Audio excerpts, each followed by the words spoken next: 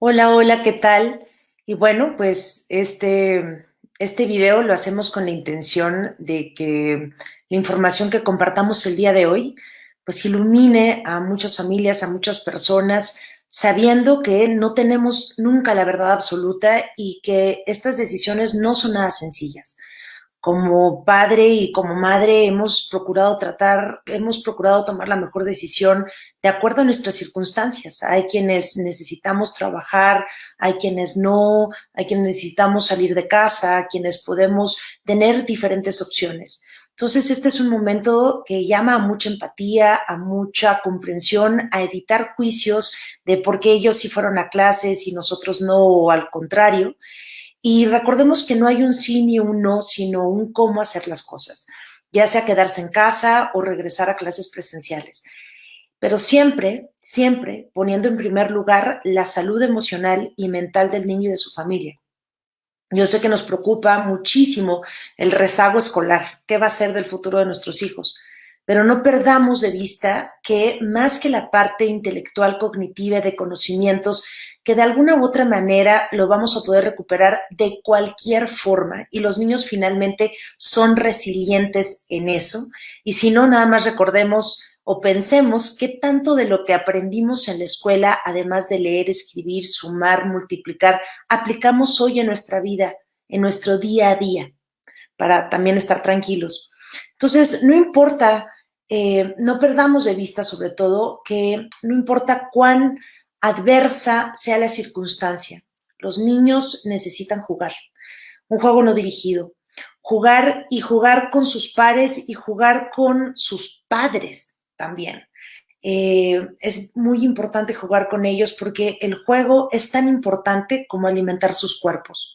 Hoy charlaremos de las medidas a tomar en cuenta tanto para su salud física como su salud emocional, ya sea que regresen a clases presenciales, que se queden en casa o que sea un sistema híbrido. Y por eso quiero darle la bienvenida a pues dos personas que no solamente admiro, sino que quiero de todo corazón y que son quienes me han acompañado a lo largo de este caminar personal y profesional y hoy se las comparto también para que las conozcan.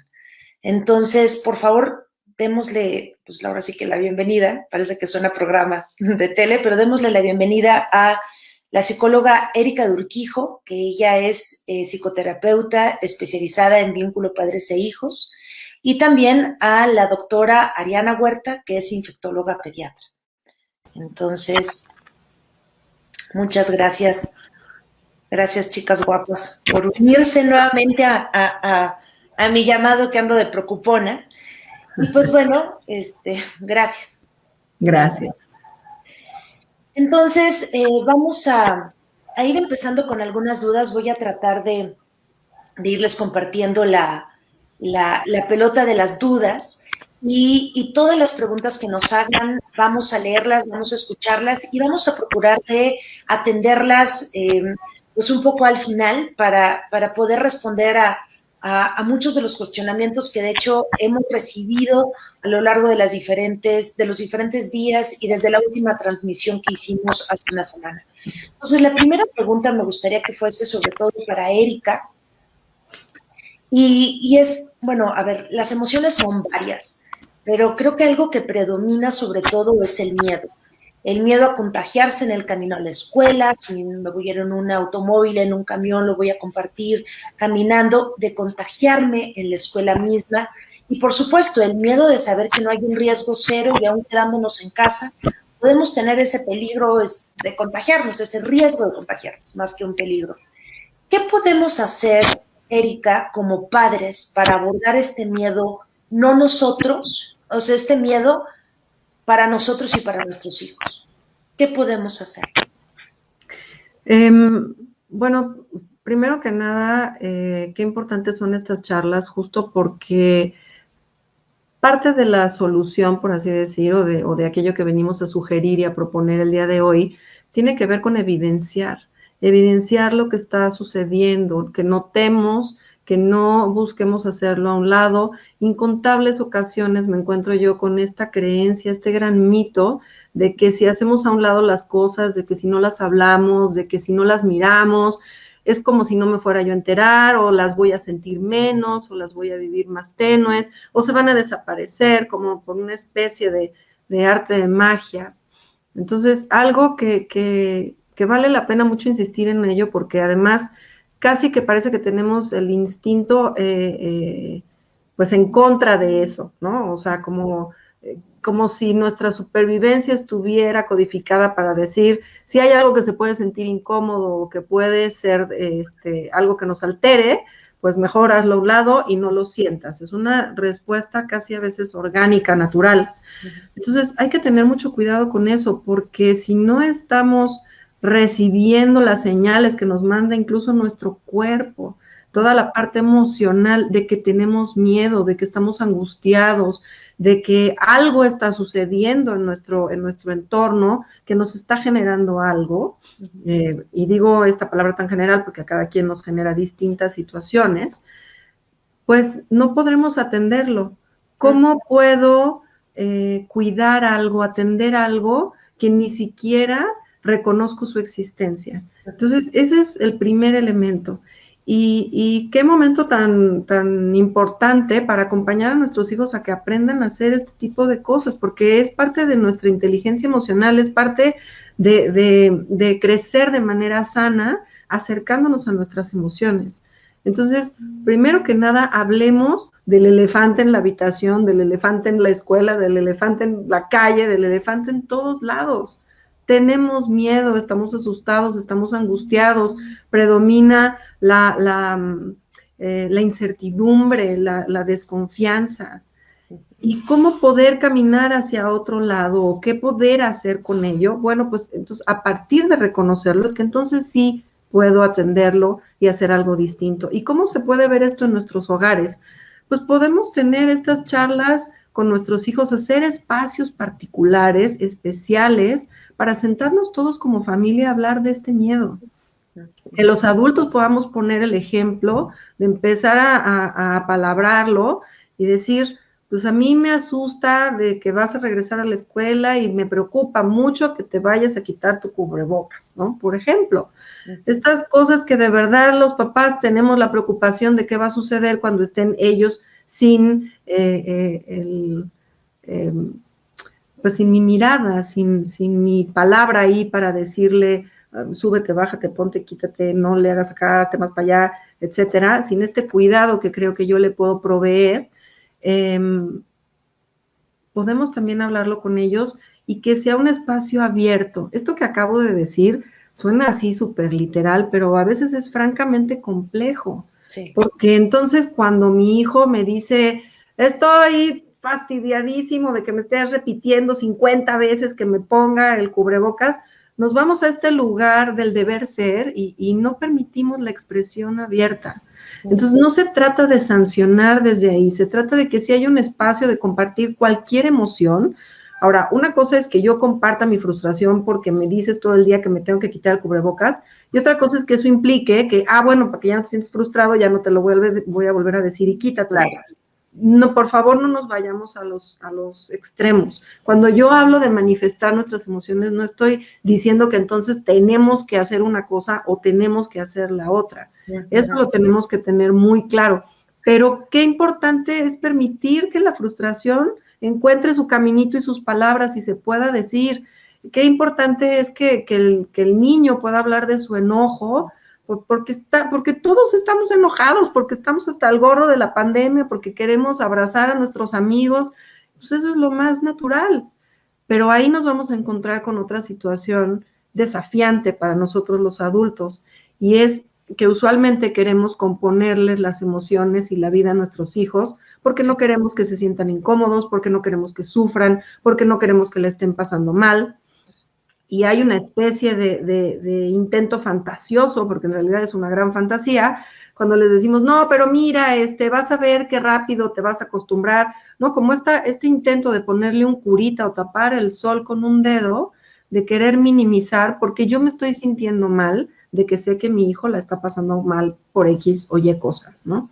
Entonces, ahí tenemos este desafío de dejarlos hablar, de dejarlos expresarse, de no acudir luego a quererles arreglar la situación, componer la vida o la emoción que están viviendo, y nosotros también tocar con la nuestra y decir, bueno, toca estar incómodo con esta frustración, pero aquí es en donde viene la magia, cuando permitimos que estén las emociones, cuando podemos hablar de este miedo, sucede algo muy hermoso, porque entonces ya no tengo que tenerla ahí todo el tiempo picándome la cabeza y diciéndome, oye, aquí estoy, aquí estoy, aquí estoy, aquí estoy.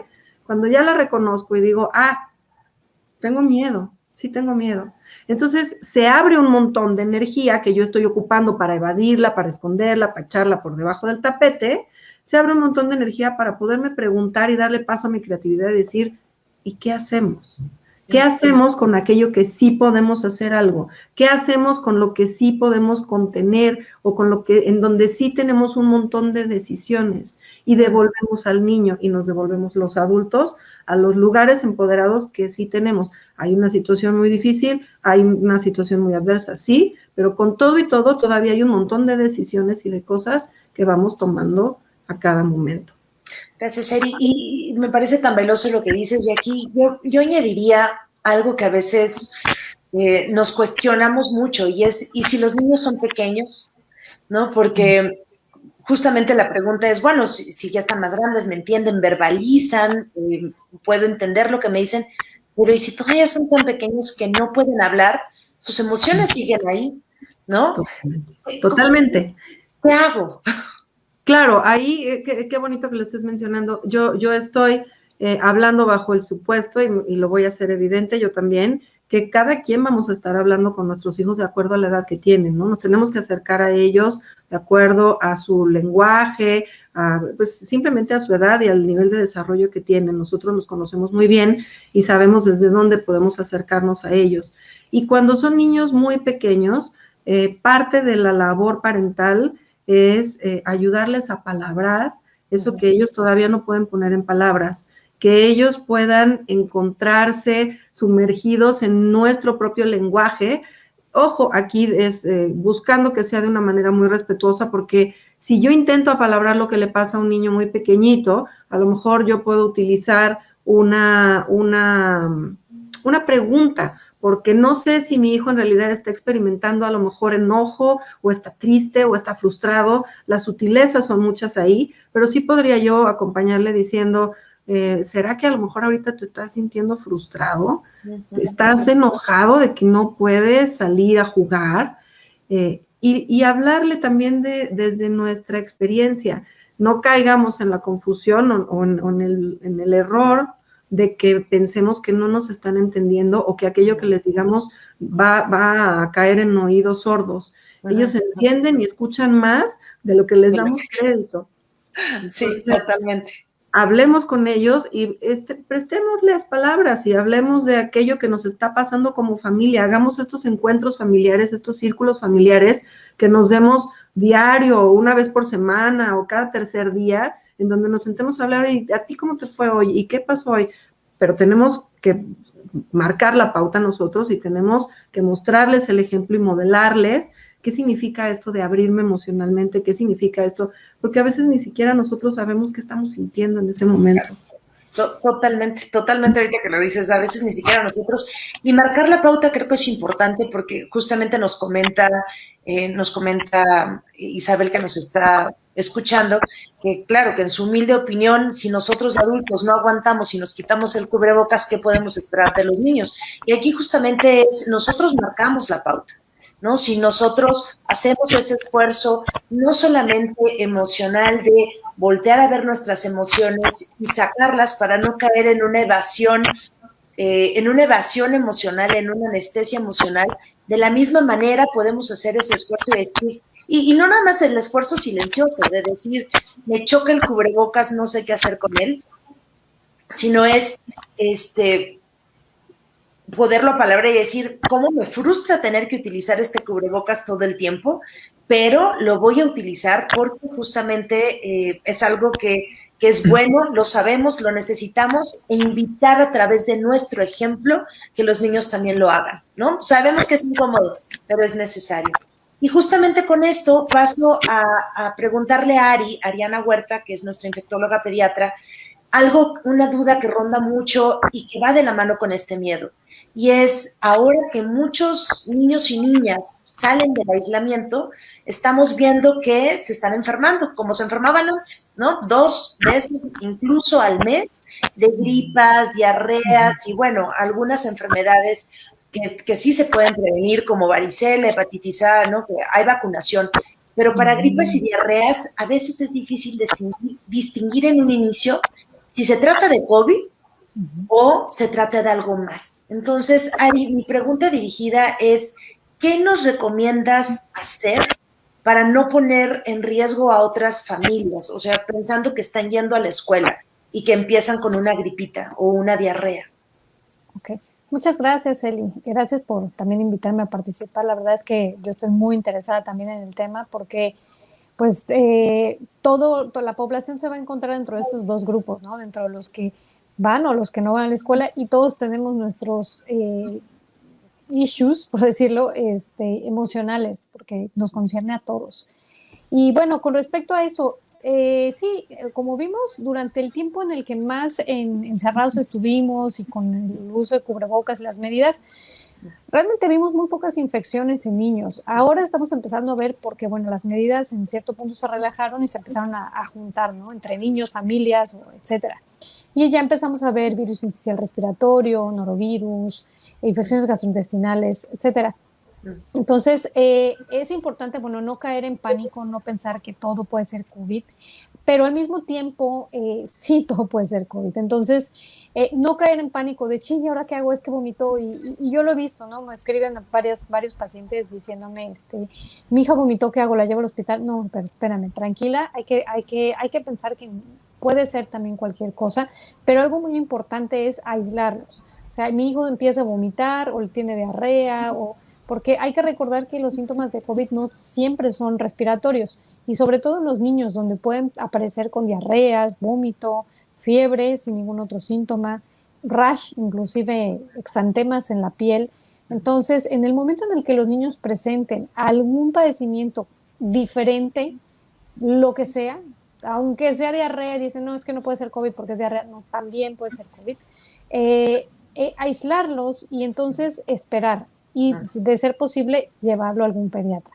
Sí, tenemos que esperar a dónde va evolucionando estos síntomas, porque ahora es importante que cuando los adultos están siendo vacunados, las infecciones las estamos viendo más frecuente en los no vacunados y en los niños. He tenido familias donde los padres son asintomáticos, pero los niños tienen fiebre y precisamente estuvieron en contacto, eso tiene mucho que ver la relación epidemiológica, estuvieron en contacto con alguien positivo. Entonces, la protección que da la vacuna a las personas vacunadas es, ya se defienden solas las vacunas. Se ha visto que las infecciones son leves o inclusive asintomáticas, pero los niños nos pueden empezar a hacer fiebre de alto grado, diarrea, vómito, mocos, tos, etcétera. Entonces, sí es importante, aquí viene la corresponsabilidad también, no dejarle todo a la escuela y decir, ok, mi hijo empezó con esta madrugada, vomitó, o dice que le duele el estómago, o tiene diarrea, o empezó a estornudar, o lo siento caliente, tiene 37,7. O sea, sí decir, no lo voy a llevar a la escuela porque voy a poner en riesgo también a todos los demás e investigo qué es. No tenerle miedo a las pruebas PCR de que no es que le van a meter el palo, sí, pero no lo va a lastimar. Es molesto, a todo el mundo le molesta que te hagan un hisopado nasal, pero sí es importante realizarle prueba y descartar que sea. Esto seguido por una revisión de su pediatra. Okay. Entonces, justo lo que dices es, no, todo puede ser COVID, pero al mismo tiempo no. Entonces, tener como siempre esa solidaridad de pensar en el otro y decir, bueno, ante la duda, no llevo a mi hijo a la escuela, me aguanto tantito, voy viendo la evolución de la mano de mi pediatra, de mi infectóloga pediatra, y quienes nos van a guiar para determinar en qué momento es necesario hacer la prueba y estar más seguros, ¿no? Entonces, esa parte creo que es muy valiosa.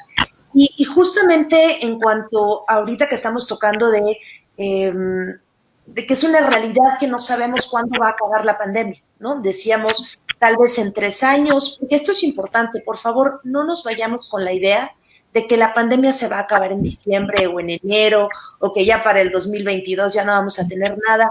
Una pandemia, históricamente hablando, se espera que dure entre 3 a 4 años. Por eso es que considero que esta información que estamos trayendo a la mesa es tan importante, porque es cómo nos vamos a sostener emocionalmente a lo largo del tiempo. Y dentro de esta pandemia va a haber nuevas olas de contagios. O sea, van a bajar los contagios como sucedió y como hemos visto que ha pasado, y luego van a remontar nuevamente, tal vez cada vez menos entre más personas estén vacunadas, entre más tengamos conciencia de cómo debemos de protegernos. Y esto significa que incluso, aunque los niños regresen a clases presenciales, puede ser que más adelante tengan que volver nuevamente a casa, ¿no? Esto es muy variable. Y aquí mi pregunta sería para Erika primero. Ante tanta incertidumbre, Eri, ¿cómo podemos darles certezas y saber qué pueden esperar en medio de lo inesperado? Yo creo que ahí es importante regresarnos a aquello, voy a ocupar una palabra muy general, pero ahorita me explico, a la parte esencial. ¿Por qué? Porque como ya lo dijiste tú, hay una serie de fluctuaciones que pueden suceder. Y bueno, si hacemos el símil además con la vida, pues así es en general la vida, ¿no? O sea, no van a estar sucediendo muchas cosas diferentes en nuestra experiencia de vida que nos van a llevar a distintas fluctuaciones. Ahorita está de manera mucho más agudizada, mucho más evidente, ¿no? Pero me gusta hacer siempre esta acotación porque recordemos que esto no es así como, ¿cómo le hacemos para pasarla mientras estamos en esta tormenta y luego ya nos podemos olvidar de que hubo una tormenta un día y nunca más acordarnos de eso, por favor? No, pensemos que esto es una construcción de herramientas, que así como es una crisis, es una gran oportunidad también, y que qué maravilla que nos estemos acercando tanto a muchos niveles de la información, tanto la médica, la de mi salud, la de mis hijos, como la emocional, ¿no? O sea, todos estos ambientes que ahora conocemos un montón de cosas y podemos prepararnos mejor y tener una mejor educación emocional. Entonces, por eso me gusta hacer esta reflexión de que la incertidumbre va a estar siempre, de que las garantías nunca las tenemos, ¿no? Eso no es verdad. Entonces, pues tengamos herramientas y démosles herramientas a nuestros hijos para que podamos seguir navegando en esta vida de la mejor manera posible. Ahora, dentro de este mundo de las no seguridades y de las no certezas, qué importante poderles transmitir una seguridad, y me gusta aquí acompañarlo de la palabra prudente. Hay un mundo allá afuera que necesitamos empezarle a encontrar el ángulo no hostil y cómo nos relacionamos con esa parte que no es hostil. Y por eso está la parte prudente, porque si solo me relaciono a punta de miedo, pues entonces me voy a encontrar con un espacio en donde va a haber poca creatividad, no voy a tener grandes herramientas y además mi cuerpo va a estar sujeto a una dimensión muy poco saludable, en donde incluso mi sistema inmune pues va a verse perjudicado. Entonces, ¿cómo podemos transmitirles a ellos una seguridad prudente? Volviéndonos a ciertas cosas esenciales. ¿Y cuáles son las cosas esenciales?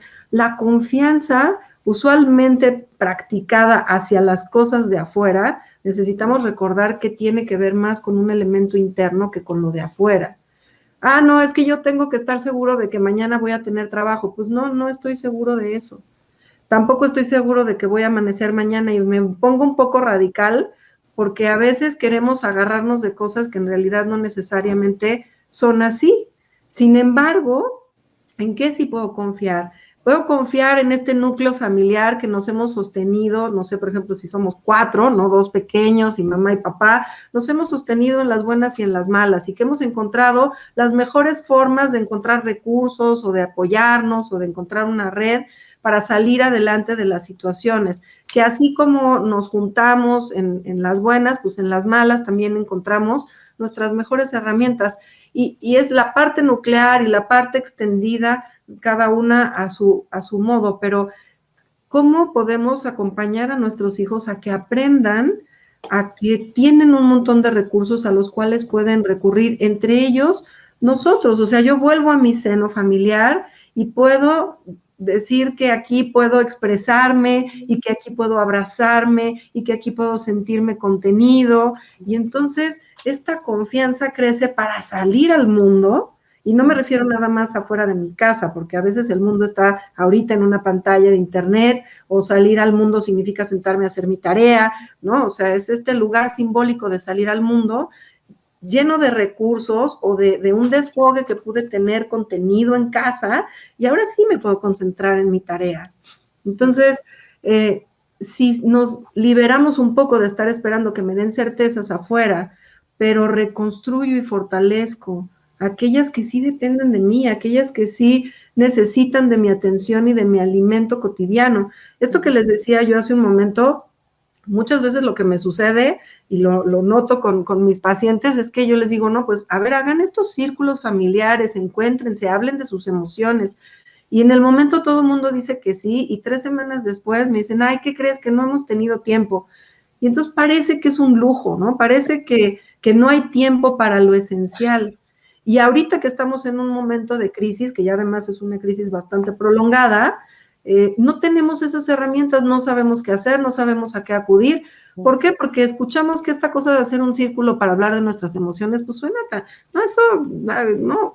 A veces la simpleza de las soluciones nos hacen desconfiar de ellas, o a veces nos encontramos ante la dificultad de decir, híjole, yo me quiero sentar a hablar con mi hijo de sus emociones, pero ¿qué crees? Que yo ni siquiera sé qué siento. Es más, si mi hijo me dice, oye, papá, ¿y tú qué haces cuando estás enojado? No voy a saber qué contestarle, porque no sé qué hago yo con mi enojo. Entonces nos va a poner el desafío de cosas ahí complejas, pero que podemos con ellas. Entonces volvamos a esta confianza interior y sigámosla construyendo, trabajémonos, y parte de esa confianza también puede radicar en alzar la mano y decir, necesito ayuda, y entonces acudo a un terapeuta, o hablar con alguien, porque a lo mejor lo que necesito es desfogar. Entonces recordemos esta conjunción linda, ¿no? De transmitir una seguridad prudente, y encontremos cada familia qué significa para nosotros esa seguridad prudente, qué implicaciones tiene, porque se ve en conducta, se nota, ¿no? O sea, ahora podemos hablar con nuestros hijos de los superpoderes que tenemos, y parte de nuestros superpoderes es el cubrebocas, por ejemplo, ¿no? Entonces, depende de cómo lo queramos vivir. Podemos hablar de nuestra frustración, pero también los superpoderosos se frustran con sus superpoderes, ¿no? Y de pronto se fastidian, y de pronto les hacen jugarretas y les pasan cosas raras, y también se vale hablar de eso.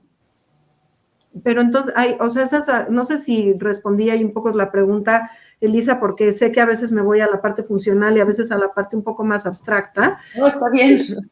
Pero esta seguridad prudente abarca el hablar de la incertidumbre que hay allá afuera, hablar de los riesgos que hay allá afuera. O sea, yo no me acerco con mi hijo y le digo, mira, el fuego es lo peor del mundo, nunca lo toques, olvídalo. No podemos hacer eso porque lo ocupamos, ¿no? Porque nos ven en casa que prendemos la estufa, porque, claro, etcétera. Ni tampoco le digo, es lo mejor que le ha pasado a la humanidad, porque a partir del fuego entonces sucedió. Nos relacionamos con el elemento como es, y les hablamos a nuestros hijos de sus bondades y de sus riesgos. Entonces, de la misma manera, podemos acercarnos a las situaciones ahora, ¿no? Con esta seguridad prudente, que si se fijan, la prudencia también va desde el lugar de qué puedo yo hacer. Entonces, tengo que hablar con mis hijos de todas las herramientas que tienen, de todos los superpoderes que tienen para poderse proteger, de los escudos, de todos los elementos a los cuales pueden acudir, incluso hasta decir no, que eso es algo que a veces no fomentamos en nuestros hijos. Si a lo mejor viene un amiguito que no trae puesto su cubrebocas o que lo trae chueco, ¿cómo puede mi hijo sentirse seguro de decirle, no te acerques, por favor, o acomódate tu cubrebocas, o yo qué sé, ¿no? Pero a veces tenemos estos niños tan complacientes o tan preocupados por el otro que van a permitir que se acerquen sin atreverse a decirle, por favor, acomódate tu Acomódate cubrebocas. tu cubrebocas. Y esto que dices me parece tan valioso también, Erika, porque lo que en ocasiones he escuchado es que cómo los niños están viviendo esta realidad y este tipo de infancia en donde se tienen que preocupar porque el otro tenga el cubrebocas bien puesto o no. Pero esta es la realidad que estamos viviendo y no podemos ser ajenos así es como sucede, ¿no? Entonces, y creo que en la medida en la que nosotros lo tomemos como lo que debemos de hacer con naturalidad y las razones de por qué los niños lo pueden comprender mucho mejor que nosotros y no tomarlo como un peso, porque esto es lo que ellos también están conociendo y viviendo, ¿no? Entonces, creo que eso es importante, no angustiarse al respecto, sino más bien imprimirles esta seguridad y esta confianza de no ser, de pedirle al otro algo que le haga sentir bien y seguro, ¿no? Claro, la clave ahí es que nosotros tenemos que estar en ese lugar. Claro. Y que se vale estar frustrado y que se vale no saber y que se vale, o sea, no estamos diciendo aquí ya vamos a salir todos diciendo, ay, qué padre con todo, y no se trata de eso, no se trata de fingir tampoco, pero sí necesitamos recordar que los adultos somos los adultos contenedores, esa es parte de nuestra función y es parte hoy de un gran desafío, porque a veces no me puedo contener a mí, pues me cuesta mucho trabajo pensar en contener a un otro. Claro. Pero no se trata de que entonces de manera orgánica yo tendría que decir, ay, sí, fantástico, tener que traer 18 horas al día un cubrebocas. No, me puedo relacionar con mi verdad, pero en realidad si se fijan es un tema de perspectivas, porque puedo pensar que el cubrebocas es mi peor enemigo o puedo pensar que es el que me posibilita, que es mi aliado en este espacio. Entonces, ok, por eso digo, los superpoderosos también a veces se fastidian de sus superpoderes o hacen cosas tremendas porque no les salió bien ese superpoder en ese momento. Y desde ese lugar nuestros hijos pueden empezar a convivir con la ambivalencia de las situaciones, que a veces nos cuesta mucho trabajo porque decimos o es lindo o no es lindo. Y no necesariamente es así. Puede estar padrísima la situación, pero algo de eso me genera nervios o me genera inquietud o incertidumbre, o puede ser una situación que francamente considero desafiante, pero que también me va a hacer crecer, me va a ayudar a darme cuenta de cosas que antes no me había dado cuenta. Todas las situaciones tienen ángulos. Entonces, busquémoselos. Totalmente. Gracias, Eri. Y bueno, hay que tomar en consideración, y voy a dar pie a varias preguntas en torno a, independientemente de que se queden en casa o que vayan a clases, el juego es el lenguaje de los niños y es parte esencial del desarrollo integral de todos, de todo ser humano y podríamos decir, no solamente ser humano, sino mamíferos. También se ha visto el juego en aves. Entonces, el juego es muy importante para el desarrollo integral. Entonces, teniendo esto en consideración, me gustaría preguntarle primero a Ari, o sea, vamos a hablar un poco del juego. Me gustaría preguntarle primero a Ari, para los niños que se quedan en casa, buscar opciones de juego en convivencia con otros niños es fundamental para su salud emocional, eso lo tenemos claro. ¿Cuáles son las medidas de prevención que deben de tener los niños al aire libre? ¿Pueden ir a juegos infantiles y jugar con otros niños? ¿Y qué recomendaciones nos das al respecto, por ejemplo? Sí, claro, Eli. Precisamente eso es algo muy importante. Los que se van a quedar no quiere decir que se van a quedar y se van a encerrar durante todo el tiempo, porque bueno, esto es precisamente una de las cosas que más nos preocupan, el encierro y el tratar de evitar por completo el contacto social. No forzosamente debe ser así.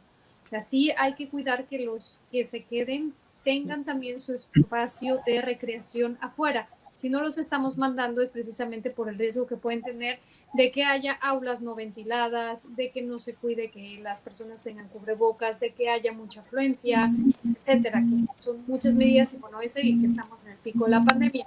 La siguiente es, vamos a sacarlos, hay que cuidar que sean todas las actividades al aire libre. Las actividades pueden ir a parques, columpios, correr, convivir, todo aquel deporte o cualquier actividad que involucre inclusive más niños, pero que haya una distancia en la cual, a pesar de que hablen, estas partículas se las lleva el viento, no hay riesgo. Tú me preguntabas, bueno, ¿y pueden correr sin cubrebocas? Sí, de hecho es lo más recomendable. No sé si todo el mundo vimos los olímpicos, todos los olímpicos hacían sus deportes sin cubrebocas. Sin embargo, al momento de regresar o cuando iban a por la medalla o cuando se iban a acercar con más personas, se lo ponían. Entonces, ese fue un gran ejemplo que todos lo pudimos ver, cuántos millones de personas vimos a los olímpicos, y fue un excelente ejemplo. Yo estaba feliz, extasiada, como veía cómo nuestros propios atletas, que son finalmente el ejemplo de todos, hacían sus deportes, regresaban y se lo ponían de una forma impecable. Entonces, eso me gustaría mucho ponerlo en contexto para imitarlo. Pueden correr, jugar, hacer, gritar, etcétera, siempre y cuando mantengan su distancia entre nosotros.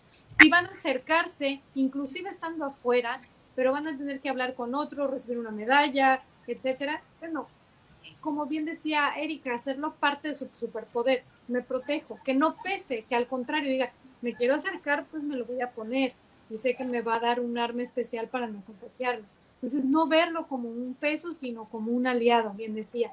Entonces, traerlo, formar parte de su vida diaria y traerlo, y bueno, si van a hacer actividades al aire libre que involucren estar más pegados, sí definitivamente tienen que usarlo, porque como sabemos los niños gritan, escupen, entonces, bueno, pueden tener un alcance mayor inclusive en ambientes abiertos. Si son actividades que requieren mucho movimiento, no habría por qué, porque como lo decía, al momento que hablas, se lo lleva el viento. Pueden hacer una prueba, agarren un spray de lo que tengan, salgan y échenlo y van a ver cómo se lleva, esas partículas se las lleva el viento. En cambio, háganlo en un cuarto cerrado y lo van a ver cómo se suspende, y es precisamente lo que hemos hablado mucho, de que COVID se respira. Poco tiene que ver el contacto, esto lo voy a seguir remarcando, porque muchos todavía tienen el temor de que es que si tocan los juegos no pasa nada, llevas tu solución de alcohol gel y después de que terminan de jugar ni siquiera se han tocado la boca, se lo echan, se quitan el cubrebocas y regresan a casa. Entonces, o se meten a su coche. Entonces, no importa si tocan los juegos, si tocan los columpios, si tocan la resbaladilla, si tocan lo que todos tocaron, porque finalmente el momento en el que se contagia no penetra a través de las manos, sino al momento en que se llevan las manos a la nariz y a la boca. Si tienen el cubrebocas, no se lo van a llevar. Entonces, no es necesario estarle poniendo alcohol gel a los niños cada 5 minutos cuando están jugando. Simplemente al final, si se van a retirar el cubrebocas, no sé, se ponen alcohol gel o se retiran el cubrebocas, se ponen alcohol gel y ya tienen listas las manos libres de virus que pudieron haber agarrado o lo que sea que pudieran haber tocado en estas superficies. Pero es muy importante que todo lo hagan al aire libre. Algunos ejemplos: fútbol, los juegos, los columpios, clases de tenis. Las clases de tenis son muy seguras, involucran pocas personas y es mucho juego de distancia. Pues todas aquellas actividades que sean individuales o inclusive en grupo son muy seguras. Ok, y justamente con lo que dices, Ari, de que este virus se respira, tomar en cuenta que cuando hay algunas actividades que se tengan que llevar, por ejemplo, en zonas cerradas, recordar que estas zonas cerradas, como me decían, ballet, estimulación oportuna, no qué sé yo, karate, los salones tienen que estar muy bien ventilados, con un flujo de aire, es distanciamiento entre las personas y uso de cubrebocas. Y si no se puede tener esta ventilación, procurar tener medidores de CO2 y además podemos instaurar, por ejemplo, porque hay lugares en donde nos dicen es que hace demasiado calor, no podemos tener las ventanas abiertas. Bueno, pues tienes tu detector de CO2, tienes a lo mejor un purificador de aire y entonces con esto beneficias y ayudas bastante. Y el uso de los cubrebocas también. Y sesiones cortas también, que sean sesiones cortas. Sesiones cortas, perfecto. Sí, exacto, sesiones cortas. Entonces, bueno, con esta información que ahorita justamente nos comentas, Ari, de cuáles son las maneras seguras de tener a nuestros hijos en actividades. O sea, ya decidí que no va a ir a la escuela por la razón que yo haya contemplado. Hay familias que han perdido seres queridos por COVID, y esto por supuesto que imprime muchísimo miedo, o condiciones de salud propias del niño que tal vez no se pueden regular, que procuraremos comentarlo más adelante.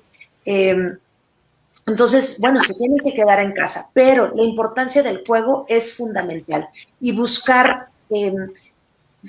ambientes seguros, circunstancias seguras, como les acaba de comentar la doctora Ariana Huerta, infectóloga pediatra, para que así lo hagamos, es esencial. Y yo aquí recalcaría nada más con Erika, ¿por qué es tan importante el juego en los niños y adolescentes? O sea, no es suficiente que jueguen conmigo como su mamá o su papá o con sus hermanos. O sea, ¿por qué hacemos tanto énfasis en que los niños tienen que jugar? Bueno, yo creo que como adultos hemos desplazado la palabra jugar a un lugar como poco importante, ¿no? Como si fuera un lujo, incluso en nuestras vidas, o sea, el juego en los adultos. Es para cuando tienes tiempo, es para cuando puedes, es para cuando está hecho todo lo importante. Entonces, me gusta hacer esta aclaración porque desde ahí es donde a veces nos confundimos y pensamos que para los niños aplica igual, ¿no? Como primero tiene que estar todo lo importante, incluso está luego este dicho, ¿no? De primero es la tarea y luego ya puedes salir a jugar, o primero lava los trastes y luego ya puedes. Y ahí es en donde perdemos la proporción de lo estructurante que es el juego para el niño, ¿no? Es un campo en donde se dibuja a sí mismo, se encuentra a sí mismo, en donde se pregunta cosas, en donde resuelve cosas. A todos los papás aquí seguro les habrá sucedido que cachan las conversaciones de los muñequitos de sus hijos hablando de lo que vivieron hace 4 días, o están hablando del coronavirus, o les están poniendo un cubrebocas, o el monstruo es el coronavirus, etcétera. ¿Por qué? Porque es una manera para el niño de tramitar lo que le está sucediendo. Es una manera también de irse individuando. Tiene muchísimas funciones el juego, muchísimas, pero esta gran relevancia tiene que ver con la estructuración literal del niño como ser humano. Entonces, es el tiempo de juego conmigo mismo, el tiempo de juego independiente, porque a veces ese ni siquiera lo sabemos ver, ¿no? De pronto es como, ay, vente, porque a lo mejor el niño está viendo la mano y pues creemos que está perdiendo el tiempo porque se está viendo la mano, pero no tenemos ni idea de qué se está imaginando, qué mundo se está recreando a la hora de estar viendo su mano, en dónde está su mente a la hora de estar haciendo esta exploración o esta observación. Entonces, interrumpimos continuamente estos espacios de juego y luego decimos, ay, mi hijo no se sabe entretener o no puede tener atención en una sola cosa un rato, cuando a veces nosotros mismos, los adultos, somos los que les enseñamos a estar truncando todo el tiempo su atención, ¿no? Entonces, acordémonos, hay juego solito, en solitario. Es muy importante también saber jugar yo solito. Hay juego con mamá y papá, que también es muy importante, porque es parte del vínculo que estamos haciendo también con ellos.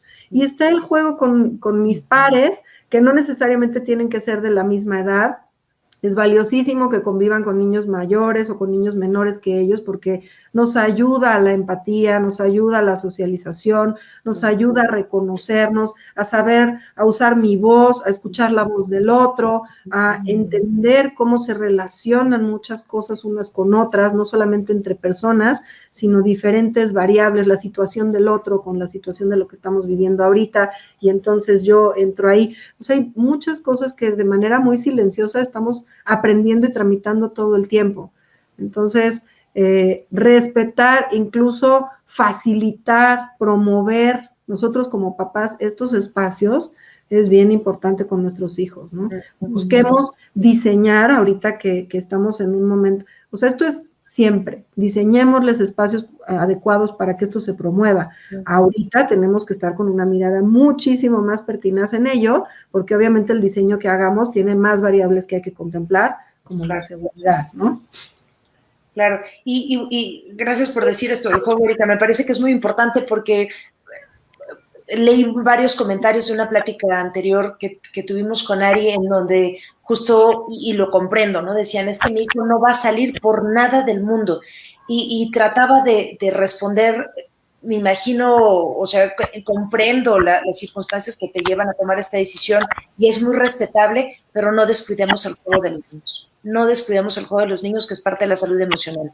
Y antes de pasar a cómo detectar estos datos de alarma que nos mandan los niños y que nos mandamos nosotros mismos a través de las emociones y del cuerpo, de cuándo necesitamos apoyo profesional.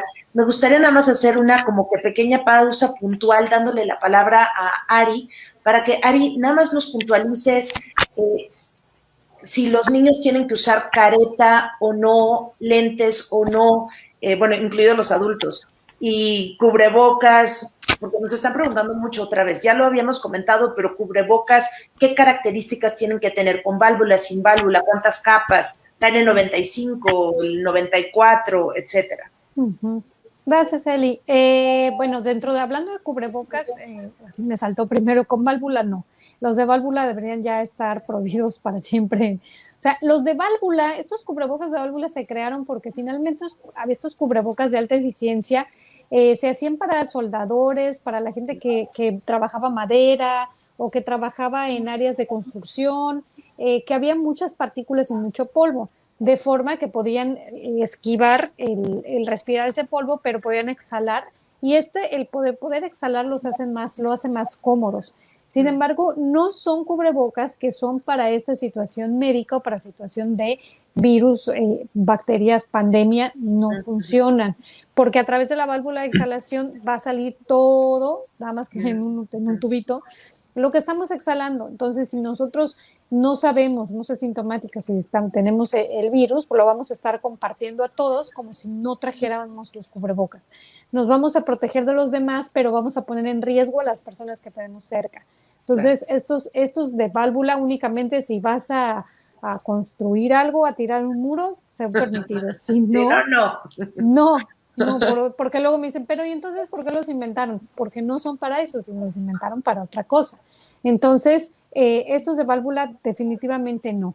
Ahora, obviamente entre más capas tenga un cubreboca va a ser mejor.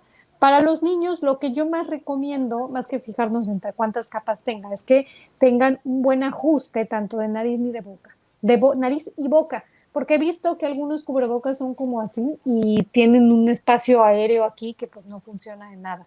Solamente son como para detener la gota gruesa, pero no para evitar que el niño se contagie. Entonces tiene que tener ajuste tanto de aquí a acá y de preferencia que vayan hacia cabeza.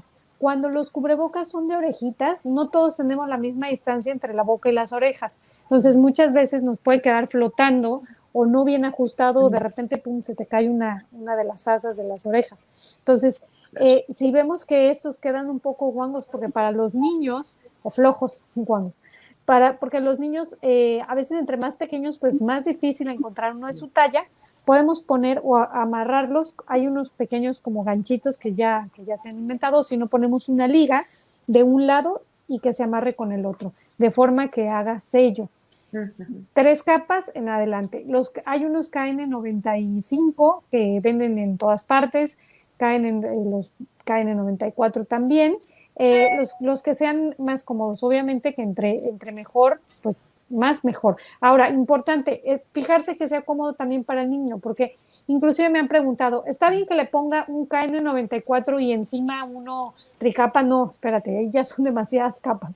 Y si ven que el niño se empieza a sofocar o se empieza a marear, el niño va a responder y se lo va a querer quitar. Entonces, de 3 capas en adelante, pero sin poner uno sobre el otro. Si es un KN95, ya no se tiene que poner nada más encima, porque puede también evitar que tenga una respiración correcta.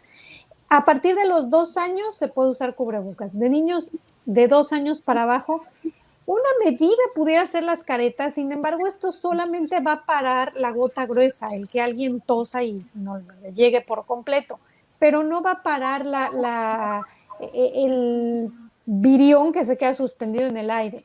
Entonces, no se confíen de una careta, tampoco se confíen. Me ha pasado, no sabes, infinidad de veces que se contagian del profesor que lo estaba cargando, que lo estaba ayudando en la alberca o en la clase de karate, que traen careta. Eso es una falsa seguridad.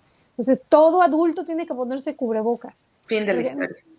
Fin de la historia. Es que el maestro tenía careta, no importa. El pequeño, si está en una área cerrada, este virión pequeño que se va a suspender en el aire va a salir a través de la careta y se va a suspender, y si el niño se acerca se va a infectar. Entonces, sí, solamente pudiéramos usarlo en los niños pequeños, pero como yo les decía muchas veces, el niño pequeño no tiene por qué estar en un ambiente cerrado, Claro. no tiene por qué ir a un supermercado ni ir a ninguna reunión. O sea, está en su casa o en el parque de juegos o corriendo en la colina o afuera en donde corre el aire al aire libre, en la terraza, en el balcón no porque está muy chiquito, pero en donde sea que haya un aire corriente.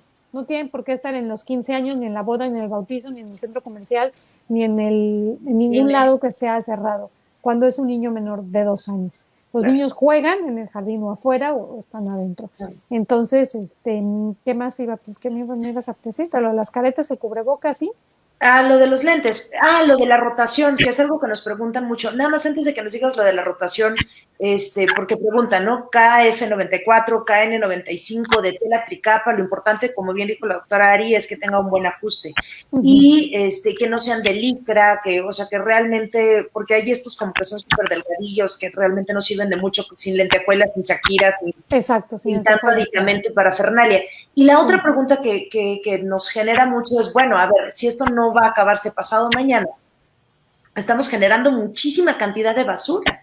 Y esa es una razón por la cual muchos de nosotros optamos por, dependiendo de tu profesión, cuando doy yo, por ejemplo, consulta médica que tengo que tener al niño aquí, ¿no? Para revisarle la garganta, pues yo quiero una muy buena protección. Pero incluso estos no necesariamente tienen que desecharse, puede ser dependiendo del uso rotarse. Entonces, ahí, en eso que nos puedes decir, Ari, ¿se pueden rotar los KN95, los KF94 o los quirúrgicos y los de tela lavarse? Sí, exacto. Hay que rotarlos y, por ejemplo, los KN94 o los KN95 no se pueden lavar, entonces los podemos poner al sol e irlos rotando de esta forma. Hay que fijarse nada más que las costuras estén bien, que no de tanto uso ya tengan un hoyo, que los tejidos estén bien conservados, porque también se pueden ir abriendo y ir creando agujeros que ya no los hagan tan impermeables, sino que ya se filtren por completo. Entonces, esto es bien importante, ver que no estén mojados, que no estén con rasgaduras o que las costuras estén bien conservadas. Si tiene alguno de estos daños, se desechan inmediatamente, pero sí los podemos conservar más tiempo. Precisamente nosotros como médicos, porque no los tenemos tan al alcance y tampoco son tan económicos ni fáciles de conseguir, pues les tratamos de dar la vida que mayor podemos y los vamos rotando. Yo generalmente los dejo en el coche, en la cajuela, en donde sé que le va a pegar el sol, perfecto, y ahí los voy cambiando, ¿no? Dependiendo qué días los voy usando para evitar. Y ya cuando se ve francamente sucio, bueno, lo tienes que tirar porque tiene demasiado tiempo y además se va perdiendo esta filtración. Los lentes, ya he visto que los lentes, el contagio a través de los ojos es muy reducido, es poco. Sin embargo, en ambientes cerrados y con una exposición muy cercana, como tú le dices, que tenemos que tener al niño aquí enfrente, definitivamente los lentes sí. Si vamos a ir a un aeropuerto, si vamos a ir nos vamos a subir a un avión donde tanta gente, cualquiera voltea y te estornuda en ese momento. Entonces, no hay que recordar que es mucosa y que también a través de ahí puede entrar. Entonces, en ambientes de mucho riesgo, que de plano tienes que ir porque no tienes otra opción, o de plano tienes que ver una garganta y sabes que puedes estornudar o toser y aventarte pues, la saliva, sí hay que proteger ojos, definitivamente. Ok, gracias, Ari. Y bueno, vamos a darle la palabra a Erika porque hay todavía varias preguntas que tenemos pendiente y yo sé que nos estamos prolongando un poco más de lo que habíamos planeado. Gracias por su paciencia y por la paciencia de Erika y Ari. Gracias. Y muchas gracias, pero creo que es muy importante terminar como este tema bien. Entonces, Erika, ¿cuáles son los datos de conducta o en la conducta de mi hijo o de mi hija que me deben hacer sospechar que necesitamos apoyo emocional profesional? Y hasta lo extendería ¿y cuáles son los datos que en mí sugieren, en mí como padre, madre, abuelo, abuela, cuidador, maestro, sugieren que necesito ya este acompañamiento emocional? Bueno, primero que nada me gustaría mencionarlos como, o sea, ¿qué tendríamos que estar observando en nuestros hijos? Como de manera general, no necesariamente solo como el indicador para ya buscar a un profesional, y ahorita vemos cuál tendría que ser como el diferenciador, ¿no? Para saber que ya tengo que pedir ayuda. A lo largo de lo que hemos estado experimentando de la pandemia, es muy posible que de estas cosas que voy a ir señalando ya les haya tocado ir viendo estas manifestaciones.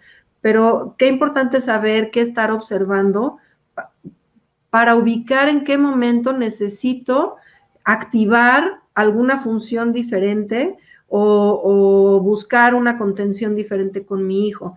Porque a veces, sobre todo hay un par de conductas, y déjenme de una vez decirles cuáles son, podemos confundirlas. Me refiero a cuando están muy irritables, por ejemplo, cuando tienen un apego excesivo, ¿no? Estas dos circunstancias solemos confundirlas mucho por anda caprichoso, está insoportable, ya no lo aguanto porque está muy pegado a mí, y esta manera de verlo nos impide darnos cuenta que a lo mejor es una manifestación de un desbordamiento emocional particular de nuestros hijos. Y por desbordamiento emocional me refiero a que la situación ya se le aparece al niño como desbordante, ya no la puede tramitar lo suficiente como para que pueda seguir, pues digamos, como con su vida natural, con su vida orgánica, fluyendo normalmente. Entonces, ojo con estas dos, porque a veces puede ser un indicador. Y observen cómo a los adultos también nos pasa. Cuando estamos más irritables, muchas veces es porque tenemos una situación difícil en casa, o porque en el trabajo la estamos pasando mal, o porque tenemos algún estrés particular, y entonces nuestra paciencia se ve mermada, nuestras habilidades, digamos, sociales o cualquier otra situación que tengamos que afrontar de una demanda social o personal, pues la vamos a ver mucho más grande cuando estamos ante este tipo de situaciones emocionales que nos desafían. Entonces, también nos pasa como adultos. Traten de no irse por el diagnóstico, digamos, entre comillas, rápido de está insoportable, y mejor veamos qué es lo que está pasando, porque puede ser una señal que me está indicando que algo más de lo que él puede atender, mi hijo, mi hija, le está sucediendo. Cuando son muy pequeñitos, se fortalece el miedo quizás a la oscuridad, los miedos en general, el miedo a estar solo, tienen conductas regresivas, como por ejemplo, si ya controlaban esfínteres, pues puede ser que otra vez se vuelvan a hacer pipí. Ojo, no es que nos estén queriendo tomar la medida, es que son conductas regresivas que cuando tenemos mucho miedo y no sabemos qué hacer con él, pues empieza nuestro cuerpo también a manifestar ciertos signos. Los niños también es muy frecuente que notemos diferencias en su alimentación, ya sea porque comen de más, porque comen de menos, en sus hábitos del dormir también, o duermen de más o duermen de menos. Esta inquietud a veces de no querer llegar a la hora del sueño, ¿no? También eso nos habla a veces de angustia, de ansiedad en los niños, y los trato de hacer muy particular porque son momentos en donde a veces los papás detonamos y eso nos hace que no miremos lo que le está pasando al niño. Ya estamos agotados, ya nos queremos ir a dormir, necesitamos que el niño se duerma para yo también poderme ir a descansar o a lavar los trastes o lo que tengo que hacer. Y entonces, como estoy esperanzada en que ya se duerma y mi hijo, justo está manifestando su angustia porque no se quiere ir a dormir. A veces los niños se recrudece su miedo a irse a dormir porque no saben qué va a pasar. Bueno, hay muchas cosas que suceden ahí en ese momento. Entonces, no se quieren ir a dormir, quieren mantener la certeza de mamá y papá ahí pegaditos. Y como yo estoy ya que no puedo más, pues entonces se vuelve un momento muy difícil y acabamos peleando con el niño, pero no nos damos cuenta que a lo mejor es una manifestación de angustia o de miedo. En adolescentes, en niños ya más grandes, por ejemplo, puede hacerse un aislamiento mucho más recrudecido. Sabemos que ahorita de alguna manera estamos más aislados que que la norma, pero, por ejemplo, si ya no quieren ni siquiera ver por Zoom a sus amigos, ya no quieren hablar por teléfono con nadie, esa puede ser una señal de una depresión quizás, ¿no? Habría que tener un poco de cuidado, porque como ahorita nos viene bien que estén aislados, pues a lo mejor yo respiro tranquila de que no está queriendo ver a sus amigos, pero en realidad puede ser una señal De alarma. de alarma, exactamente. También en los niños más grandes y adolescentes, algo que puede suceder es que se activen conductas de rechazo a los cuidados, ¿no? Por ejemplo, no quiero usar el cubrebocas, no quiero, a mí no me importa aislarme, a mí no me importa estar lejos, a mí no me va a pasar nada, como el intento de negar la situación puede ser una respuesta a una angustia muy profunda, ¿no? Como el intento de evadirlo nos lleva a ese tipo de conductas y bueno, a los papás puede generarnos mucho enojo, pero evitarnos de mirar que en realidad es una muestra, un síntoma de una angustia. Puede haber también pérdida de interés generalizado, ¿no? En cualquier edad, ahí ya no quiero jugar o están viendo más pantalla que de costumbre, entonces, bueno, hay que tener cuidado con estas cosas que luego vemos normales. Y si, por ejemplo, tienen hermanitos, también puede haber una exagerada competencia con el hermanito o la hermanita o una exagerada búsqueda de un interés adicional por parte de los padres. Y bueno, esto también puede ser una manifestación de una necesidad de calmar y contener la angustia que están viviendo. Ahora, todas estas cosas pueden ser una señal normal de que están asustados, de que tienen angustia y puede tratarse en casa ante estas situaciones de hacer evidente el miedo, lo que ya habíamos hablado antes, hacer estos círculos, buscar este crecimiento en inteligencia emocional, ¿no? Hablar, apalabrar con ellos lo que les está pasando, ayudarles a encontrar canales para el enojo, la frustración, etcétera. Entonces puede ser solo que necesitemos ajustar lo que estamos haciendo en esa etapa de nuestros hijos, nosotros como papás, pero si ya estamos viendo que persiste, que no ceden estas conductas, si estamos notando que son más de 2 o 3 de las que les acabo de mencionar ahorita, o si noto que yo no sé de plano, no tengo ni idea de por dónde hacerle, me estoy desbordando yo también, lo estoy regañando, etcétera, es momento de alzar la mano y pedir ayuda a un profesional. Claro, gracias por decirlo, Eri.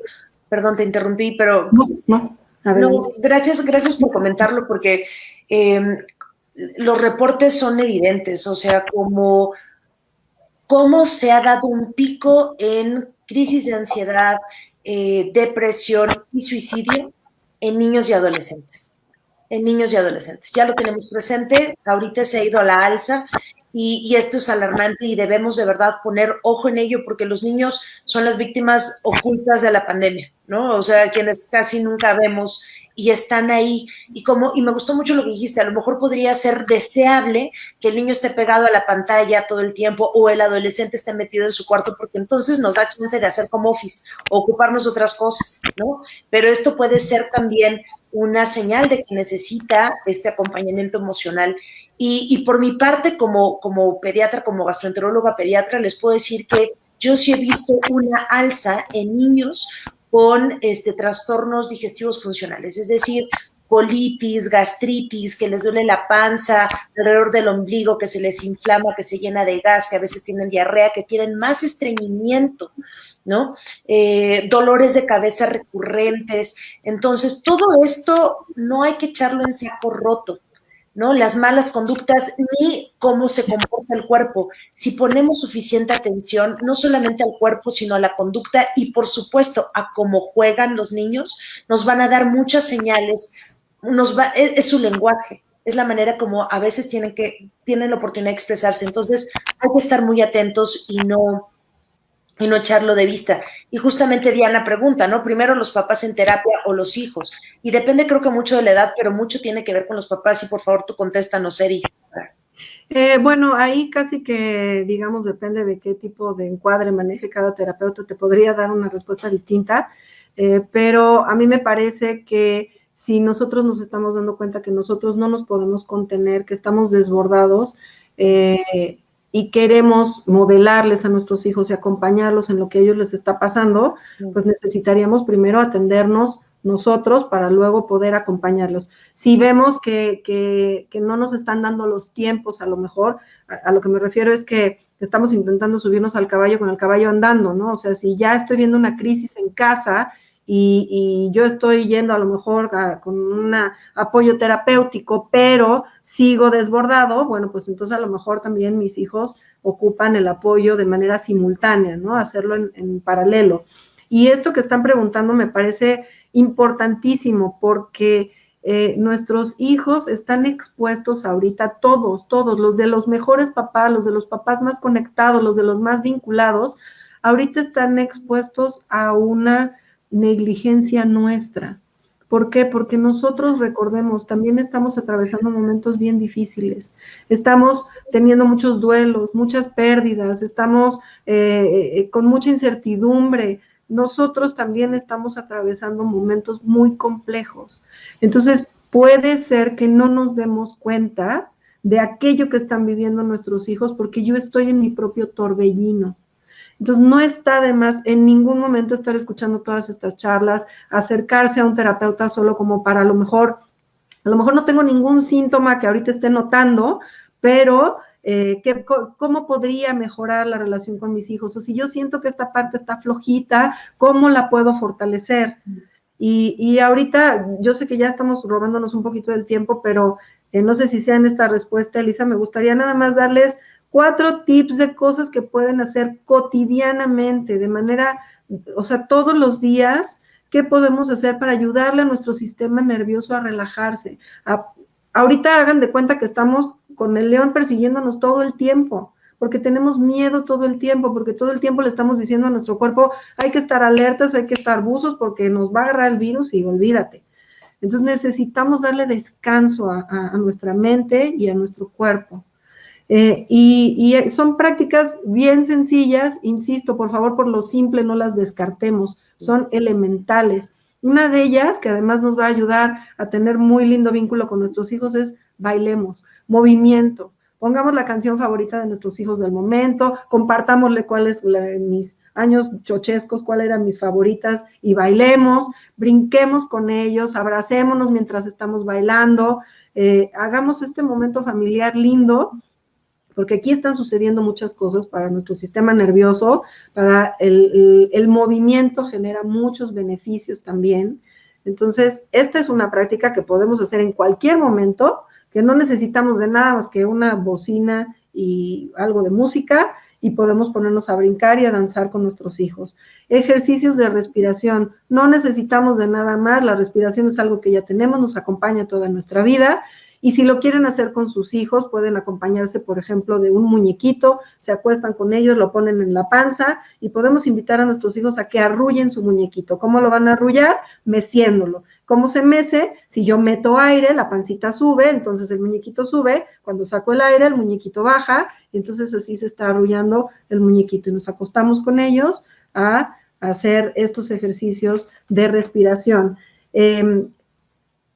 Cantar es otra cosa que nos sirve muchísimo a nivel del sistema nervioso, porque estimula muchas partes que nos van a mandar señales a nuestro cuerpo, de decir, ok, ahorita estamos en un momento donde podemos relajarnos, estamos bien, esa es la señal que estamos mandando. Entonces, cantemos con nuestros hijos, cantemos nosotros en cualquier momento, no tenemos que cantar bien, no tenemos que ir a la ópera, no importa, divirtámonos, cantemos y hagamos estas prácticas algo cotidiano, que además de darnos un respiro a nivel fisiológico, nos van a conectar también de maneras muy lindas con nuestra familia.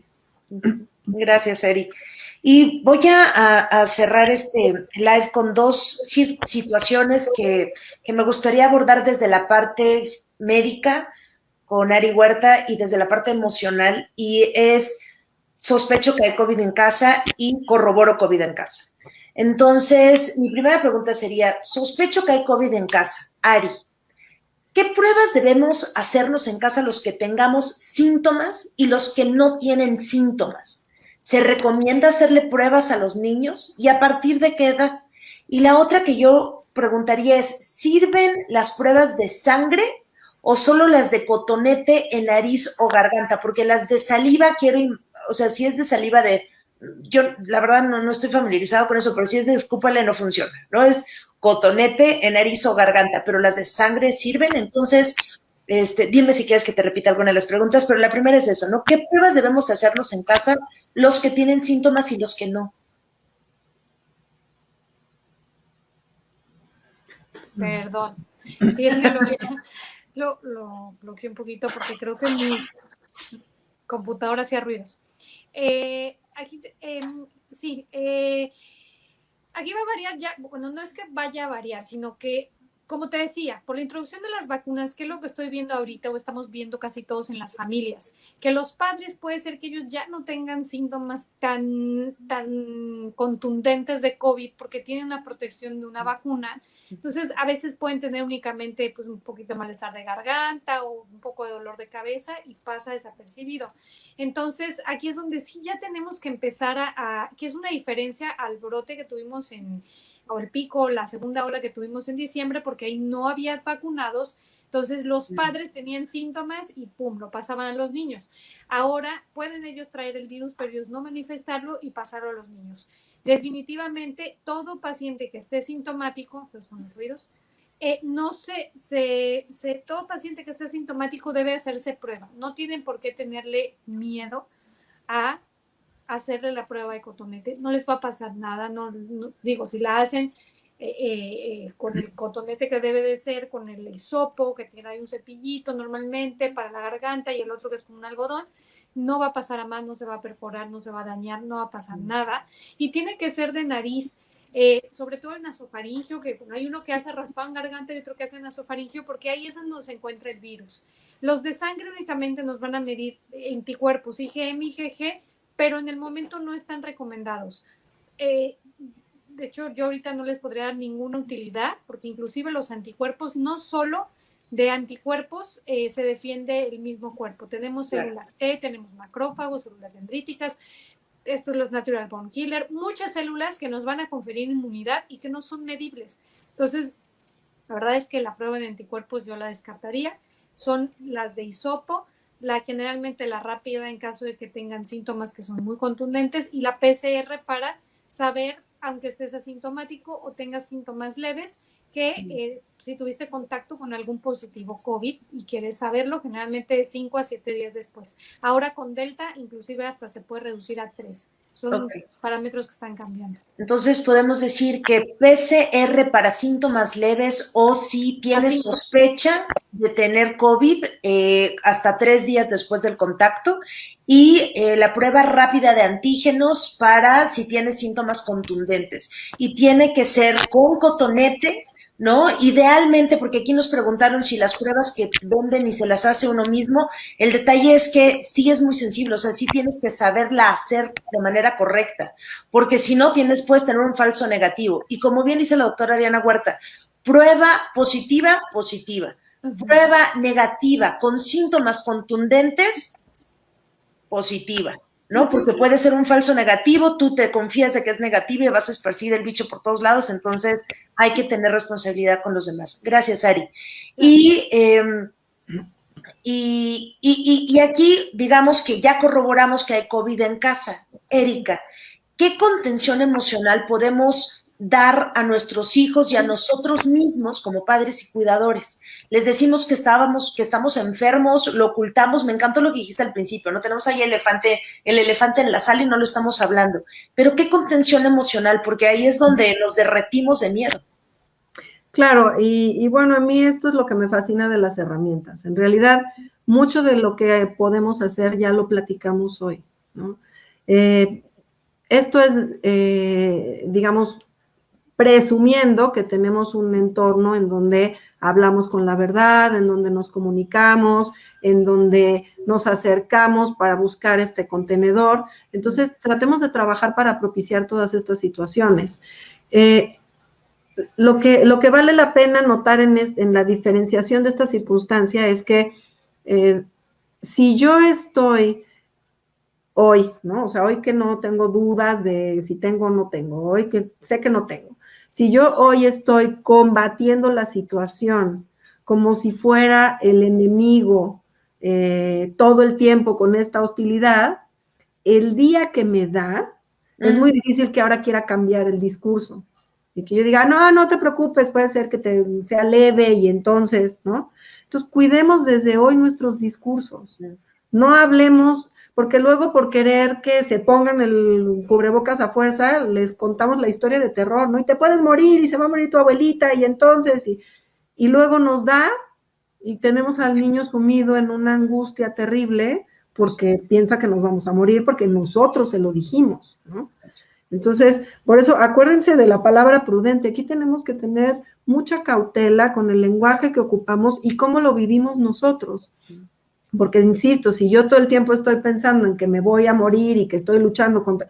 Bueno, pues entonces el niño evidentemente va a mostrar esta angustia. Ahora, todos tenemos de distinta índole de riesgos ante esto, no es que yo esté diciendo que no nos puede pasar, no vamos a mentirle tampoco a los niños, pero todos sabemos que necesitamos cuidar, no mentir de la información que le estamos dando al niño. ¿Qué nos va a servir para sentirnos contenidos? Pues tener un plan. ¿Qué vamos a hacer si a alguien le da, si le da mamá, si le da papá, si le da el niño?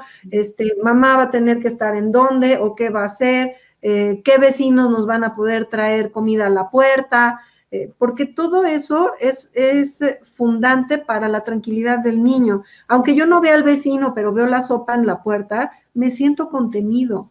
Hay esta linda mano ahí que ayuda, que soporta, ¿no? Veo a mi tía que le habla a mi mamá y le pregunta cómo estoy, mi primito que intenta jugar conmigo por el teléfono, o hablo con la abuelita y la abuelita se pone a cantar conmigo en el teléfono. Diseñemos un plan, todos. Pensemos, bueno, y cuando nos llegue a suceder, ¿qué podemos hacer? Platiquémoslo con nuestros hijos, de esta manera, no con esta cosa de, y si nos pasa, y entonces, y chini, porque entonces el niño va a beberse toda esa angustia, y en vez de sentirlo como una herramienta, como mi superpoder de, bueno, y si pasa, tengo todas estas posibilidades para cuidarme, y pensemos también, por favor, en la prevención. Desde ahorita enseñémosle eso a nuestros hijos, hablemos de que alimentarnos bien, que hacer ejercicio, todo eso nos está cuidando, ya nos estamos cuidando desde ahorita. Si podemos colocarnos nosotros como adultos y por supuesto a nuestros hijos en un lugar empoderado, de decir, yo hago todo esto para cuidar de mí, todo esto está aquí situado para colaborar conmigo. Entonces, bueno, sí, estoy en una situación adversa, pero todo esto que está en mis manos lo estoy ejecutando, llevando a cabo de manera cotidiana, y hoy que en casa tenemos a alguien que sí se contagió, pues todos ya sabemos qué hacer, todos ya sabemos cómo fluir, ya sabemos qué sigue, y de lo que no sepamos vamos a tener un espacio para poderlo hablar, ¿no? Si hacemos estos circulitos que ya les mencionaba, entonces yo ya sé que si no lo platiqué en todo el día porque mi mamá y mi papá estuvieron trabajando, bueno, cuando llegue ese círculo, pues voy a poderlo hablar. ¿Cómo voy a sostener mi conversación cuando alguien esté contagiado en casa, etcétera? Hay muchas cositas ahí que podemos diseñar de antemano, pero recordemos que nuestros hijos no solo están escuchando lo que les decimos, están viendo cómo lo vivimos. Qué fuerte lo que acabas de decir. No solamente escuchan lo que decimos, sino viven cómo lo vivimos. Y me parece que esa es la enseñanza con la cual se van a quedar por el resto de su vida, porque a lo mejor, no sé, a los 35 años no se van a acordar de exactamente qué pasó en la pandemia, pero sí van a tener dentro de sí cómo se vivió la pandemia, cómo lo vivimos emocionalmente. Y recordemos que para nuestros hijos emocionalmente somos totalmente transparentes. Y de una manera práctica, Ari, gracias, Erika.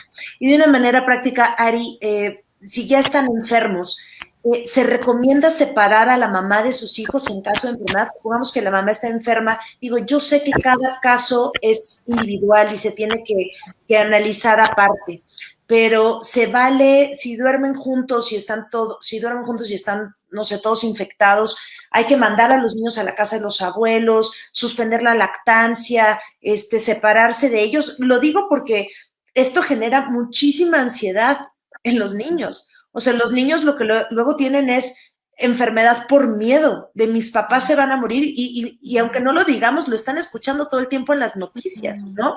Esta enfermedad mortal, cuántos muertos, también hay que apagar un poco las noticias o escucharlas con audífonos porque puede pegar muy duro o pega muy duro. Entonces, es cierto, se tiene que hacer esto, se tiene que separar.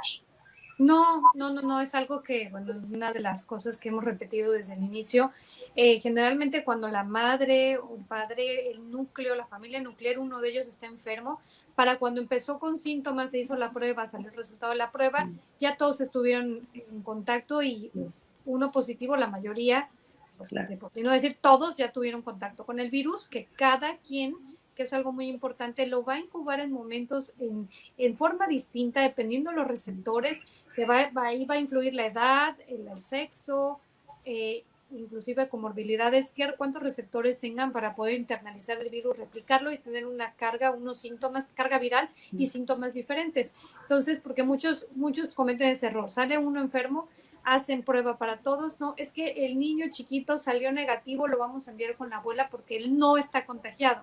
No, eso es un error, es únicamente el periodo de incubación que tiene ese niño es diferente al de todos y generalmente 2-3 días después, pum, presenta la fiebre cuando ya está en la casa de la abuela o en casa de la tía, cuando ya se le separó de la madre, se le quitó el pecho, el seno materno y se convierte entonces en un problema muchísimo más grande, tanto emocionalmente para el niño, el destete así de esa forma tan abrupta y el llevar el virus a una casa donde no tenían, estaban sin el virus. Entonces, no, si uno sale positivo, todos se asumen positivos y esto es algo que se ha repetido.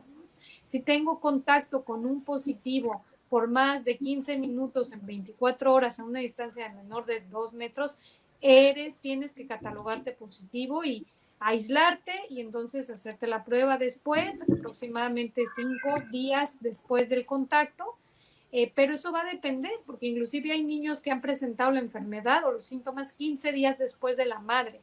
Entonces, por eso es que el periodo de incubación se llega a ir hasta 14 días. Entonces, la familia nuclear se da por contagiada ella completa y se aísla del resto de las personas con las que no viven, que el contacto es poco, de los abuelos, de los tíos, de los familiares, de los vecinos. Entonces, es importante no retirar a los hijos de sus padres porque van a causar un daño peor. El niño va a tener estrés, va a tener depresión, ansiedad en ese momento y sabemos que nuestras células T son tan poderosas e inteligentes que al tener estrés disminuyen. Entonces, vamos a ocasionarle que lo que podía ser un resfriado termina en una neumonía a causa del estrés, de la ansiedad y del retiro de los padres o del seno materno. Híjole, Ari, qué bueno que lo comentas y sin afán de interrumpirte lo digo porque, de hecho, un gran problema que se está viviendo ahorita, es en los hospitales, en donde los niños hospitalizados están siendo separados de su madre, de su papá, de su mamá, de su cuidador, por temas de COVID. El impacto que esto está teniendo es abismal. Ya hay recomendaciones por la Secretaría de Salud en conjunto con la UNICEF, pero desafortunadamente todavía no se están llevando a cabo porque no está en la ley. No está en la ley. Y entonces es que yo nada más me pongo en ese lugar del niño y de la madre, lo desgarrador que ha de ser que te separen, ya teniendo todo este miedo porque estás enfermo, que te separen en un lugar ajeno que es un hospital. Entonces, si no lo hacemos en un hospital o no lo deberíamos hacer en un hospital, mucho menos en casa. Entonces, chicas, ahora sí ya estamos llegando al final. Yo sé que hay muchas dudas que quedan al aire. Algunas serán rápidas. ¿Cuál es el tiempo sugerido en el cual nos tenemos que aislar post-COVID? Corrígeme, Ari, si lo digo mal, pero son 10 días, bueno, a ver, si tienes síntomas, 10 días a partir del inicio de tus síntomas e idealmente 3 días una vez que ya no tienes síntomas. O sea, si hoy se me acabó la fiebre, 3 días, dejo pasar 3 días más para poder regresar a la escuela o a mis actividades. Y si no tengo síntomas, 10 días a partir de la prueba positiva, ¿cierto? Cierto. 10 Bien, días. y eso es muy importante, no juzgamos, somos empáticos, somos amorosos y vemos por el otro. Si mi niño sospecho que tiene algún dato de cualquier cosa, entonces es bien importante aislarnos en casa hasta ver cómo evoluciona. Y nos preguntaba mucho una mamá que su peque tiene osteomelitis y nos siguen preguntando de las condiciones médicas, enfermedades del corazón, alergias, y aquí cada caso tiene que ser individualizado, pero en términos generales es, si estas enfermedades crónicas, alergias o enfermedades del corazón, osteomelitis, están bien controladas, se puede considerar que entra dentro de población o sea, normal, con los cuidados, pero normal. O sea, no podemos meter a nuestros hijos en una burbuja, ¿no? De cristal, ¿no? Es más bien acompañarlos sabiendo también que no hay riesgo cero, pero que sí podemos atender la parte emocional y física de la salud de nuestros hijos. ¿Algo más que nos quieran compartir, Ari, Erika, para cerrar? Pues por mi parte creo que pude extenderme en todo lo que me parece más relevante. Solo me gustaría dejarles mi insistencia en que no nos vayamos con la finta de que estas cosas simples no van a hacer la diferencia. Y si aún no lo hemos hecho, empecemos desde hoy a diseñar estas situaciones a favor de nuestro crecimiento emocional, a favor del desarrollo emocional de nuestros hijos, y pensemos que pues estas van a ser herramientas para toda su vida y para toda la nuestra también. Muchas gracias, Eri. Ari, ¿algo para cerrar? Claro, únicamente insistir en aquellos, bueno, que van a regresar o que no van a regresar, las medidas son las mismas. Ventilación, esa lo pondría como número 1 y repetida 3 veces, ventilación, ventilación, ventilación de todos los espacios en donde estén los niños, el uso de cubrebocas, la distancia, el poco aforo, sesiones cortas, uso de alcohol gel en caso de que vayan a compartir los objetos entre ellos, y bueno, principalmente eso durante las escuelas. Y bueno, también algo importante, no minimizar la enfermedad en los niños. Ahorita estamos teniendo un alza en hospitalizaciones en niños, no para que entren en pánico, pero sí para que tengan cuidado y si empiezan con síntomas, acudir y llevarlos al pediatra, o sea, tomarles prueba, aislarlos, tomarles prueba y ponerse en contacto con el pediatra de cabecera. Pues muchas gracias, Ari, gracias, Erika, y recuerden que nos pueden seguir en nuestras redes sociales, en Cursos en Salud, en Instagram, en Facebook, y vamos a subir este video para aquellos que lo quieran volver a ver y repetir en YouTube también. También, por favor, no duden en visitar a la doctora Ariana Huerta, a nuestra psicoterapeuta de vínculo padres e hijos, Erika Urquijo. Yo creo que la manera más fácil de contactarlas, además de sus redes sociales, que también las tenemos, es a través de sus tarjetas digitales. Entonces pueden entrar a www.atin.mx, ahí viene Ari, ahí viene Erika, con todas sus redes sociales y sus datos de contacto. Y a lo mejor se están preguntando de que por qué estoy hablando a nombre de Cursos en Salud. Cursos en Salud es un proyecto que inicié el año pasado justamente con el deseo de buscar estar más tiempo con mi familia y por temas de pandemia, en donde estábamos en total incertidumbre de daremos consulta, no daremos consulta, regresaremos, no regresaremos, y sobre todo pensando en ofrecer a las familias herramientas para que a través de dispositivos electrónicos a tu propio ritmo podamos tener la salud a nuestras manos en diferentes temas. Entonces, no duden en visitarnos en nuestra página de Cursos en Salud, y nuevamente, muchas gracias. Gracias, Erika. Gracias, Ari. Las quiero muchísimo, las extraño 3000 veces más, y gracias a todos los que se conectaron, y gracias por compartir este video, y que nuestra intención de que sea una luz y una herramienta para muchas familias en diferentes partes del mundo sea lograda. Que así sea. Que así sea. Gracias. Gracias y hasta la próxima.